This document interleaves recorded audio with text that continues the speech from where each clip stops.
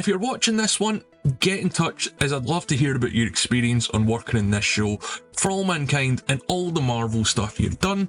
So if you use Twitter, this is my handle there, and you can reach out and get me in the DMs.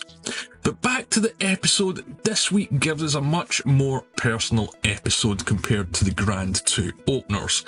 The Colonel and the Chief Designer are put on the back burner a bit this week, but we do get a lot more information on the Chief Designer's secret space plan, and we see it develop, and I definitely think this is going to tie into what we're going to see in the final season of For All Mankind.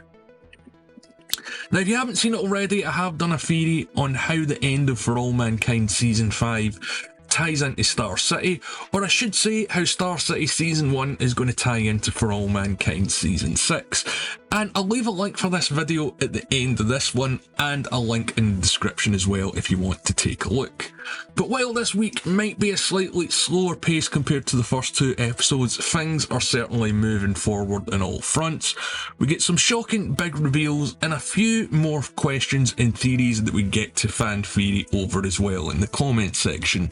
So if you haven't seen it, I'm talking about Star City Season 1 Episode 3, and as always, I'm Al, this is the Geek in Review.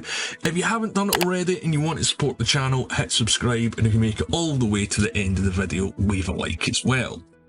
So this episode opens in 1970 with 2 women, one of them being Tanya, trying to avoid government checkpoints and searches.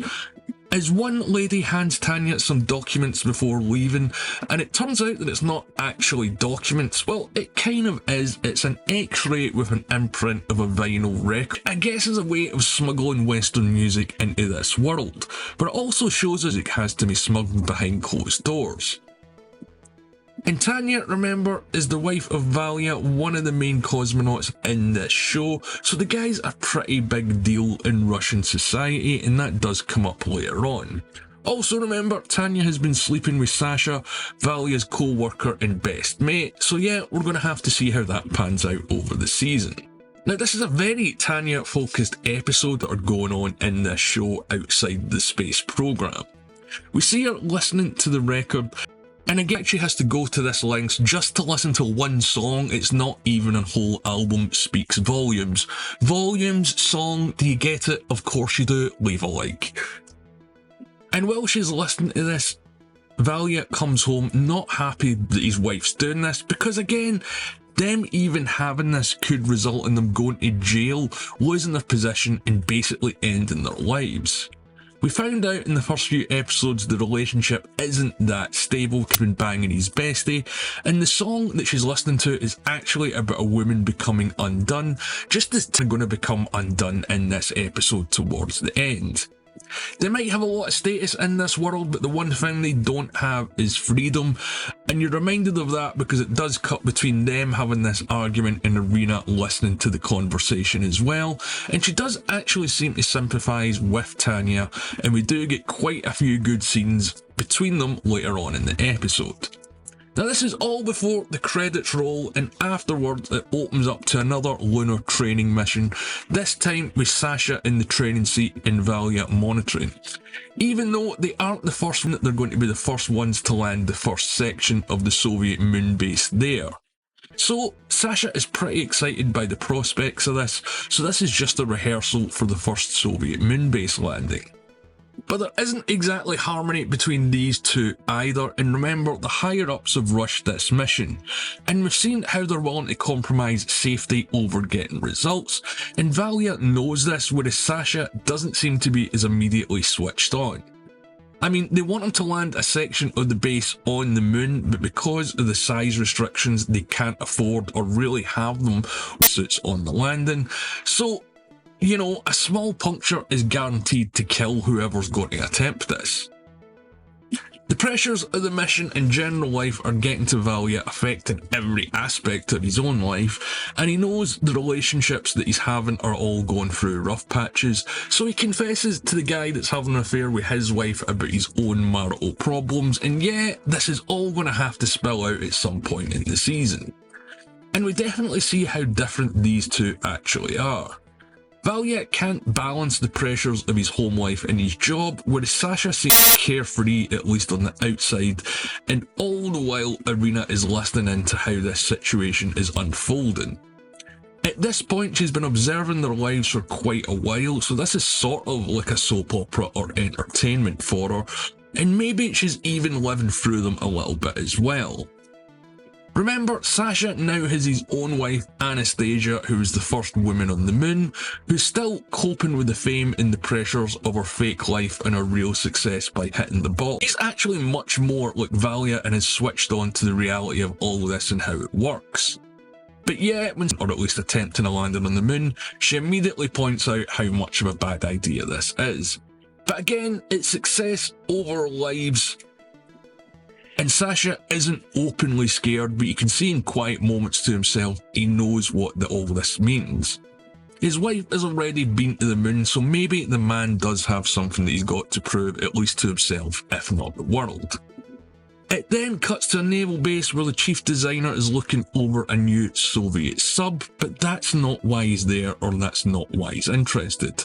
He's more old diving submersible and wants to use this as part of his secret space plan with Sergei that was set up last week.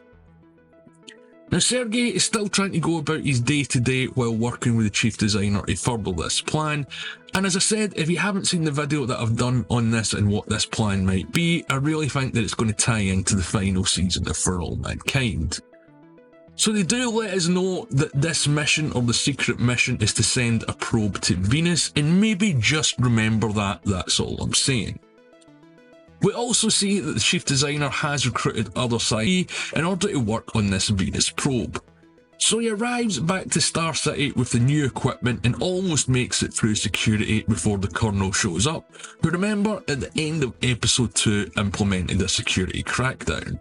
And while the chief designer might have total control of the space program, he doesn't have it over security, so she's the only one that really stands in his way and is one of the few people that can actually challenge him in his authority. But he does manage to get his secret stash into Star City. The crew for the lunar mission are ready to go in our line by the political types, having to write letters to their wives in case they don't make it back, which Sasha struggles with as, remember, he's in a forced marriage. He later shows up and gives a letter to Tanya, which kind of proves that he does actually have feelings for her and it isn't just a fling, but she's the one that's not really interested. She listens again to the unsanctioned bootleg record that she has on the X-ray vinyl, and it degrades every time she plays it. So she has to then revert playing the song herself on the piano, and we do learn this week that she is a piano teacher, and it does show how much she has in her life at this point. Even a simple song means the world tour and helps her escape her daily life. The lunar crew ready for launch with the first section of the hab for the moon base as the chief designer preps for it in mission control at Star City.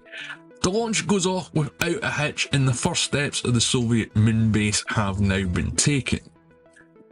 Later on though, Irina sees Tanya at the same market that she was at the beginning of the episode where she got the vinyl, and we also see that basics like honey are even hard to come by in this world.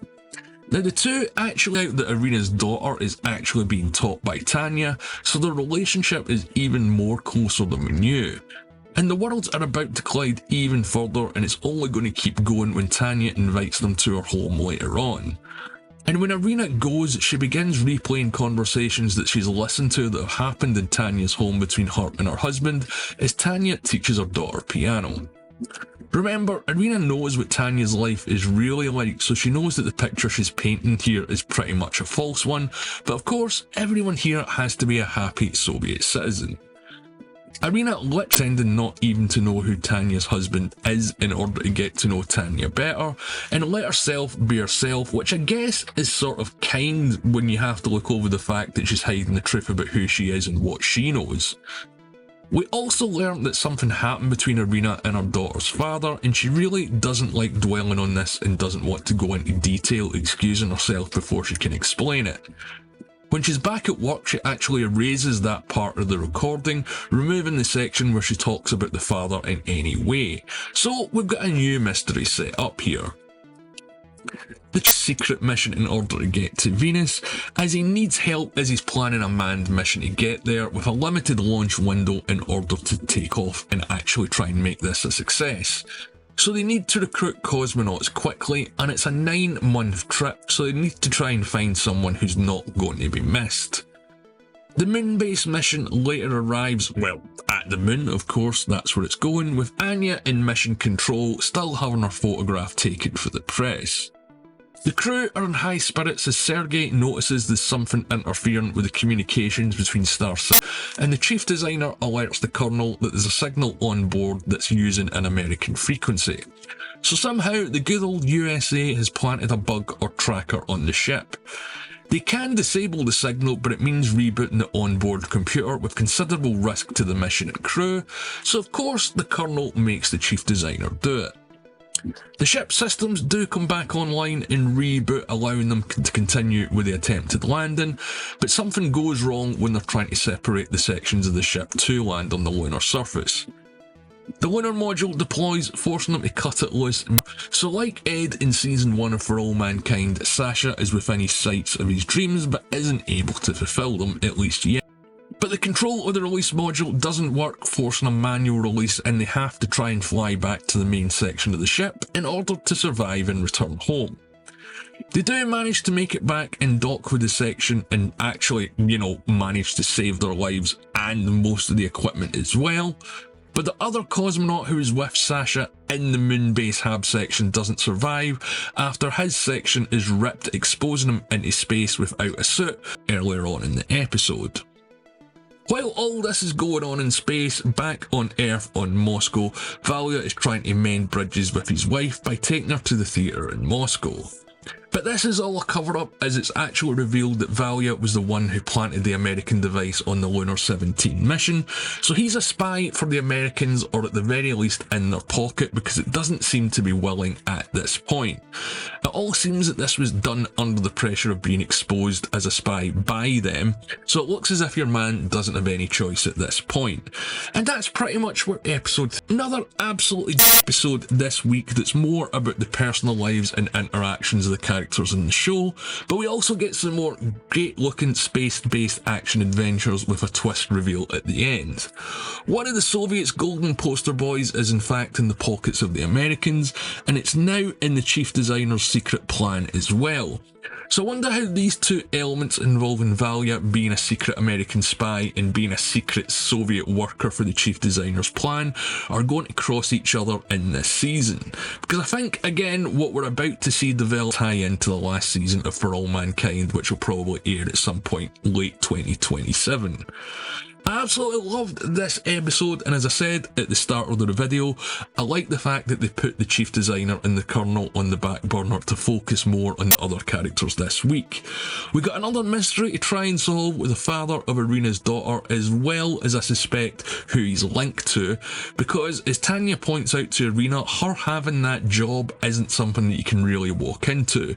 You need to be recommended or know someone in power in order to get it, so I wonder where all this is going to go, and I want to know what you guys think, so let me know in the comments. Even though it's only the third episode of the show, the pacing is still pretty amazing and pretty much what I'd expect from the creators of For All Mankind. We're getting some great character moments that balance the mystery and the paranoia of the all-over plot, and some tense space mission stuff to boot that totally reminds you of the original parent show, at least if you ask me.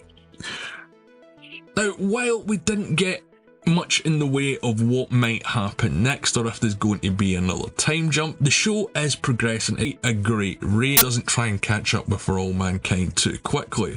I also like that this week didn't tie in with any real events that we've seen in For All Mankind or have any mentions or crossovers, because this show does have to stand on its own 2 feet at the end of the day.